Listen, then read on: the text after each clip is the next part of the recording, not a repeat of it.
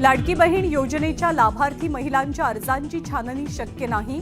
तक्रार आली तर चौकशी करू, अदिती तटकरेंचं स्पष्टीकरण.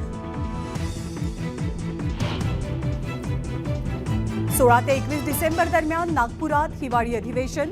कामकाज सल्लागार समितीवरती विरोधी पक्षातील 4 सदस्यांची नियुक्ती.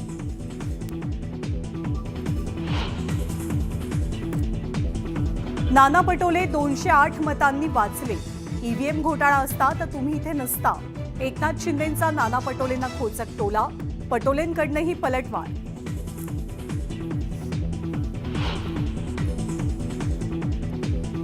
पक्षाचा एक वाक्य आहे दादा, आपल्या पक्षाचं, योग्य वेळी योग्य निर्णय. विधानसभेतील चर्चेदरम्यान अजित पवारांसोबतच्या जुगलबंदी वेळी जयंत पाटलांचं सूचक वक्तव्य.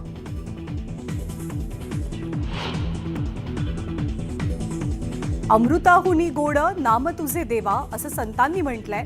त्यामुळे तुम्ही सुद्धा विरोधकांना गोड वागणूक द्यावी.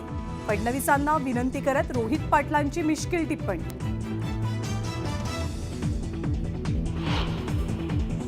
देवेंद्र फडणवीसांचं जम्बो मंत्रिमंडळ. भाजप 15, शिवसेना 9 आणि राष्ट्रवादीला 8 कॅबिनेट मंत्रिपद मिळणार. विश्वसनीय सूत्रांची माहिती. बेळगाव केंद्रशासित प्रदेश करण्याचा ठराव घ्यावा. आदित्य ठाकरेंची मुख्यमंत्री फडणवीसांकडे मागणी.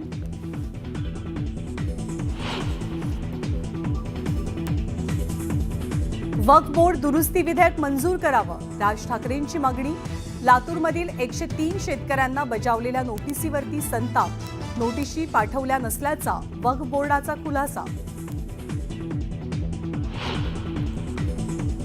पुण्यामध्ये आमदार योगेश टिळेकरांच्या मामाचं अपहरण. मॉर्निंग वॉकला गेलेले असतानाची धक्कादायक घटना. वाघ यांचा शोध सुरू.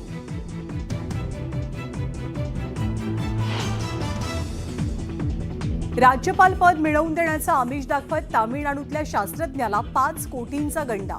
नाशिकमधल्या आरोपीला नागपूरमधनं अटक.